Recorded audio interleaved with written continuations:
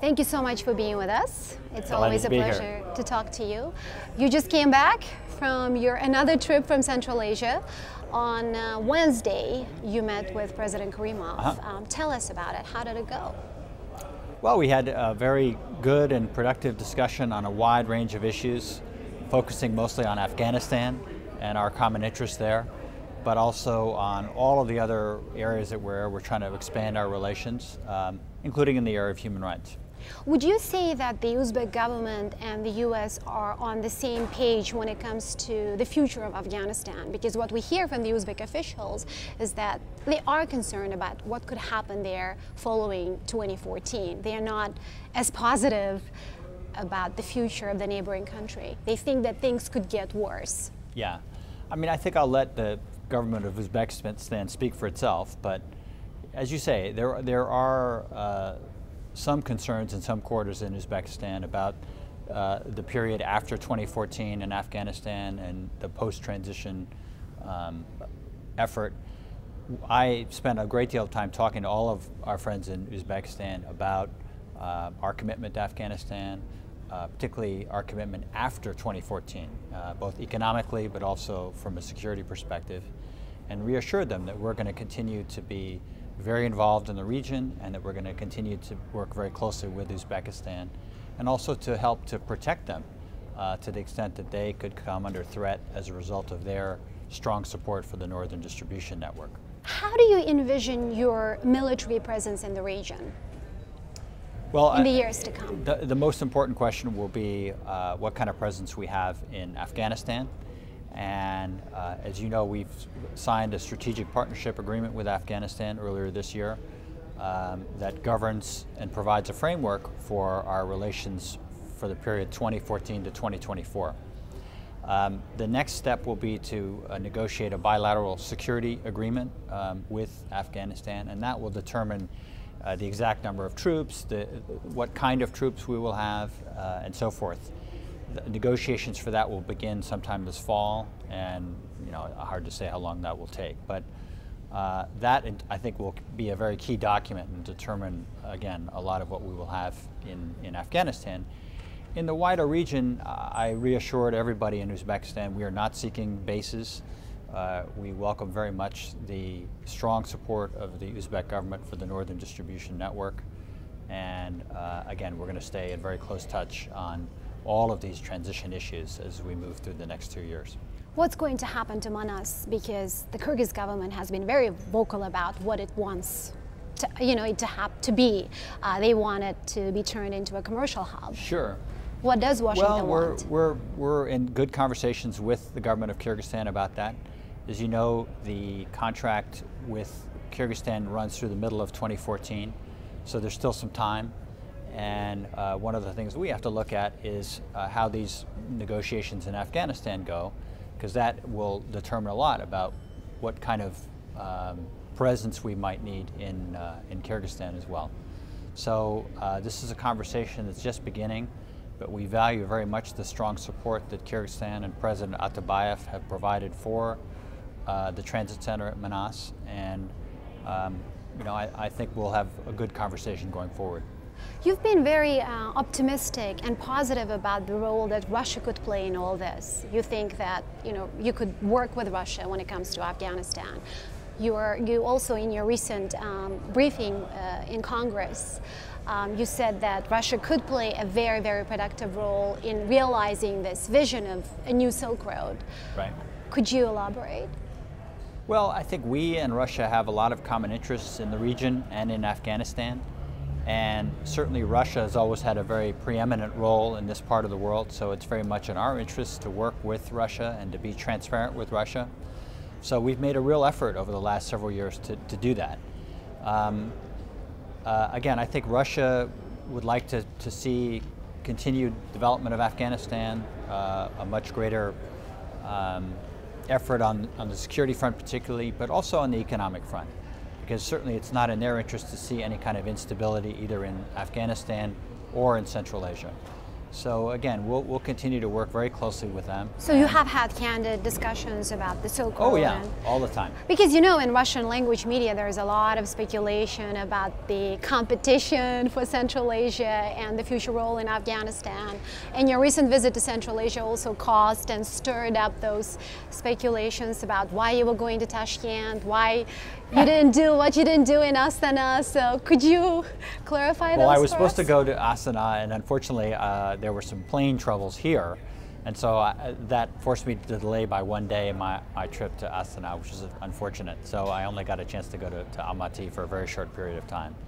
But again, we're not seeking any kind of long-term military bases in Central Asia, and again, we are looking to try to expand opportunities for the people of Central Asia and the people of Afghanistan.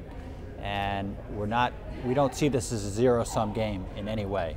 We think that Russia and China and the United States and the Central Asians all can benefit from this, and all have a very important role to help try to establish greater trade, investment, and integration.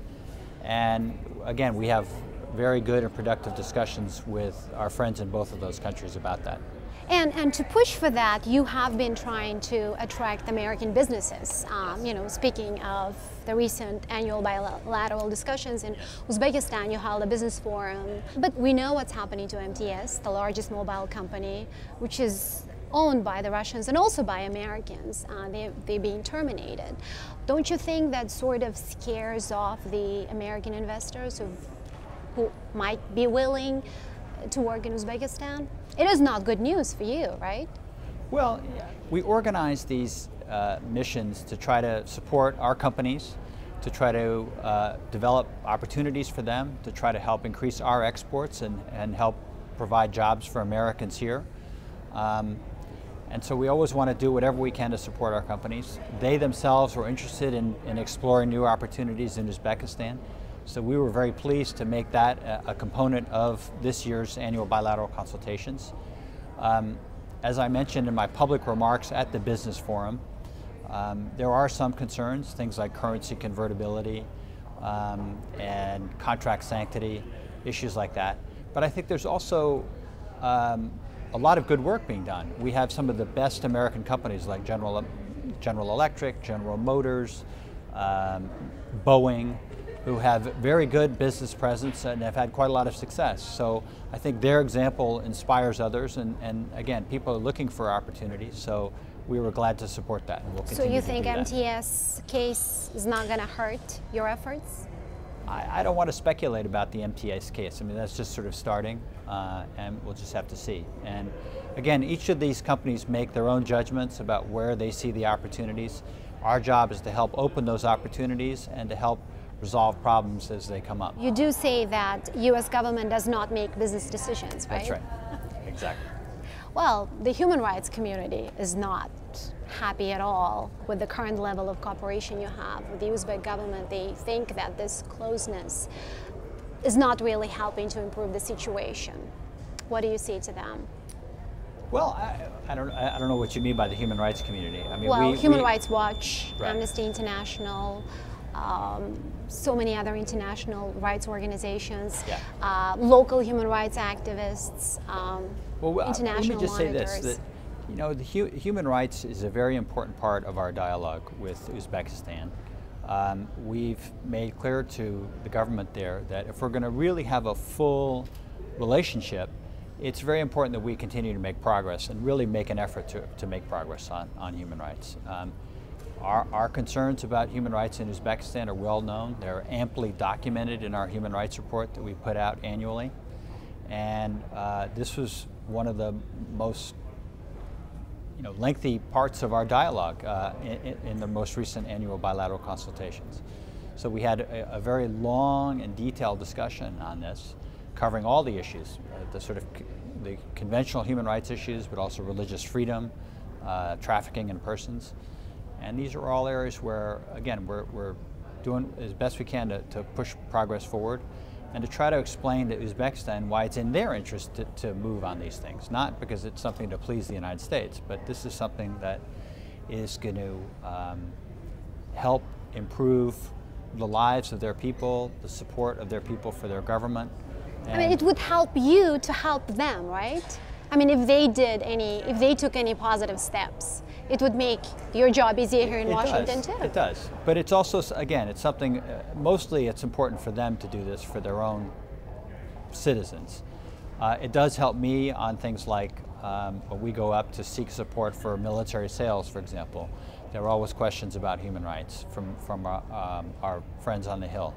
So the more they can make progress on human rights, the more it's going to benefit the wider relationship. What do they say when you raise these issues?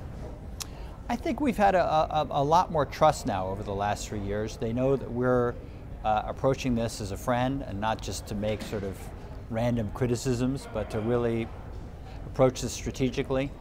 And so it's a much more candid and open discussion now. And you know, again, it's a good give and take that we have, which is good. What would you say to those who say, well, just talking is not enough? You have to have concrete goals, concrete measures taken.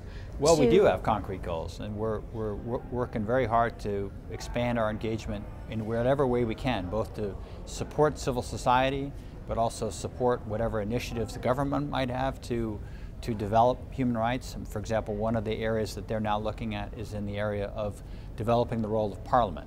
So we're looking at how we can expand that and work with the Uzbek Parliament. Another criticism that we hear very often is that your cooperation is really limited to the government. That there is, you know, Washington and Tashkent talk to each other, and America doesn't really care about what's going on in the country, you know, that's outside of the government.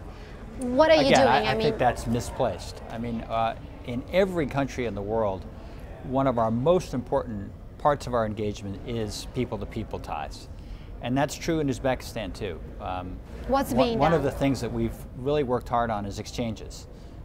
Since Uzbekistan's independence, I think we've sponsored more than 4,000 exchange visits by Uzbekistanis to the United States. But we've also worked hard to expand things like educational cooperation, science and technology cooperation. Our embassy in Tashkent is very active in promoting outreach to around the country.